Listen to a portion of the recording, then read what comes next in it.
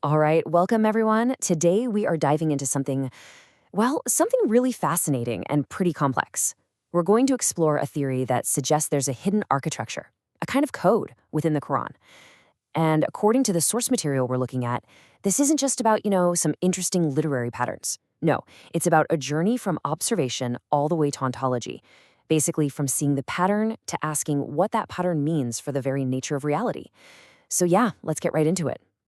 So let's just start with the big question that this whole theory is built on.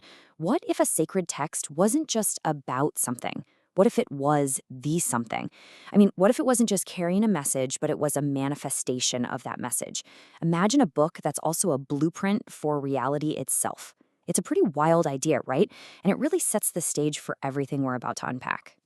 The theory frames the Quran as what it calls a cosmological artifact. Now, this is a really key concept here. It means we're looking at an object where the structure, the very way it's put together, is just as important as the words on the page. You know that famous saying, the medium is the message? That's exactly what's being suggested. And that brings us to the first major pillar of this whole thing, which the source calls the ontological argument.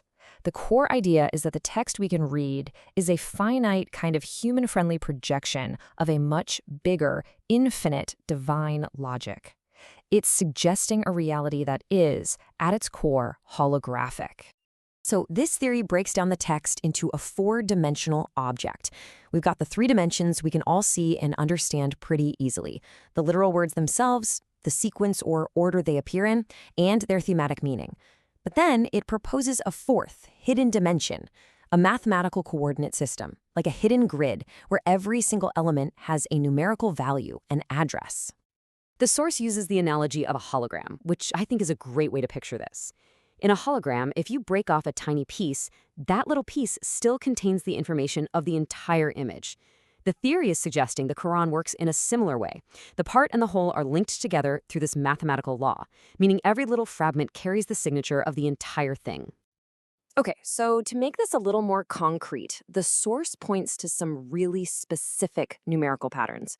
Let's just take this one number, 15,876. Now, this number is apparently derived from all these complex interconnections within that hidden mathematical grid we talked about.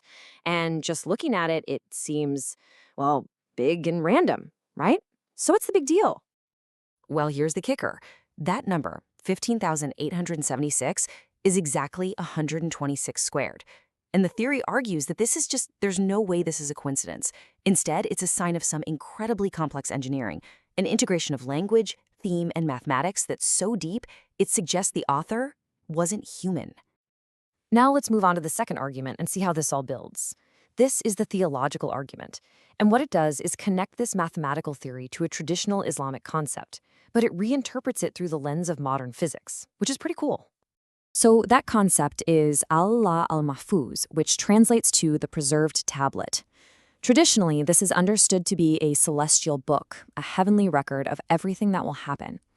The theory we're looking at gives this idea a sort of metaphysical update. It actually uses an analogy from quantum physics.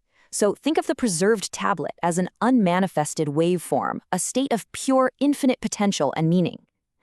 The Quran that we can read, then, is the collapsed state. It's one perfect version of that potential, made definite and understandable for us humans living in linear time.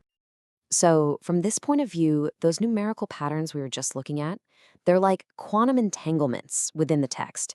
They're these little points where that hidden, higher dimensional structure of the preserved tablet just shines right through. The idea is that these mathematical constants weren't invented. The source claims they were discovered. Kind of like how a physicist discovers the fundamental constants that run our physical universe. And this leads us to the third argument, the noetic argument. And this one is all about unifying knowledge. The theory basically says that a structure like this completely challenges our modern habit of separating science from spirituality. Just look at this table here. The argument is that to really get what's going on in the text, you can't just be a theologian or just a historian. You also need to be a linguist, a mathematician, a systems theorist, the whole shebang. When you look at it this way, the Quran becomes this ultimate interdisciplinary object, something that demands we bring all our different fields of knowledge together. And this is the fundamental challenge it throws down to a purely materialistic worldview. The numbers, it claims, are empirical data. You can count them, you can verify them, and yet they seem to point towards a cause that isn't material, but is intelligent. It's basically being presented as empirical evidence for the supernatural. But all of this just begs a massive question. Why? I mean, why would a divine being choose to communicate through such a complex, hidden structure? This brings us to the teleological argument, which is all about the purpose, the why behind the design.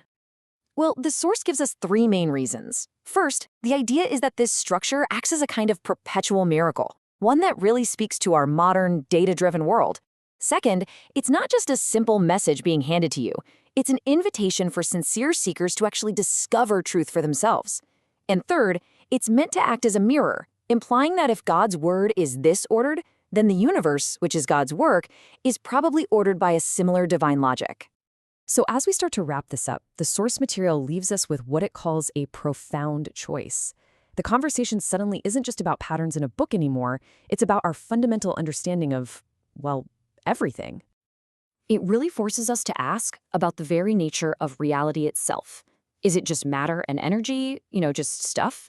Or could it be that information and consciousness are just as fundamental, maybe even more so? It also makes you question what divine communication even is. Are we expecting a simple, straightforward memo? Or could it be something more like a deeply layered, interactive system that's designed to engage us on every possible level of our being? And finally, it really makes us ask, what do we even count as proof? Is the only real evidence for the supernatural a personal, subjective experience? Or could proof also be objective, structural, and maybe even mathematical? Ultimately, the source closes with this incredibly powerful thought. To even consider this theory is to be willing to shift your entire paradigm.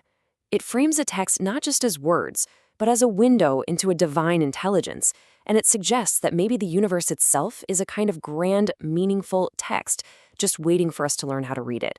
A really profound idea to leave you with.